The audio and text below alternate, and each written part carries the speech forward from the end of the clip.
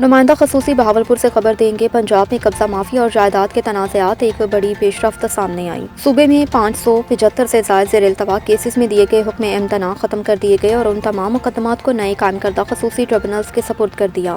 حکومتی ذرائع کے مطابق ان اقدامات کا مقصد زمینوں کے تنازعات کا فوری اور شفاف حل یقینی بنانا ہے، جبکہ پراپرٹی سے متعلق نئے آرڈیننسز کے تحت قانونی نظام کو ڈیجیٹل اور مؤثر بنایا جا رہا ہے۔ نئے ٹریبونلز کو یہ اختیار حاصل ہوگا کہ وہ قبضہ کیسز کی فوری سماعت کریں، شواہد کی بنیاد پر فیصلے جاری کریں اور ضرورت پڑنے پر پولیس کی مدد سے غیر قانونی قبضہ واگزار کروائیں۔ رپورٹ کے مطابق سنگین نوعیت کے مقدمات میں جعل سازی یا زبردستی قبضے پر 5 سے 10 سال تک قید اور بھاری جرمانے کی سزائیں بھی تجویز کی گئیں، جبکہ معاونت کرنے والوں کے لیے بھی الگ قانونی کارروائی شامل۔ ڈپٹی کمشنرز کی سربراہی میں قائم کمیٹیاں کیسز کی ابتدائی جانچ کے بعد انہیں ٹریبونلز کو بھجوا رہی ہے تاکہ فیصلوں میں تاخیر نہ ہو۔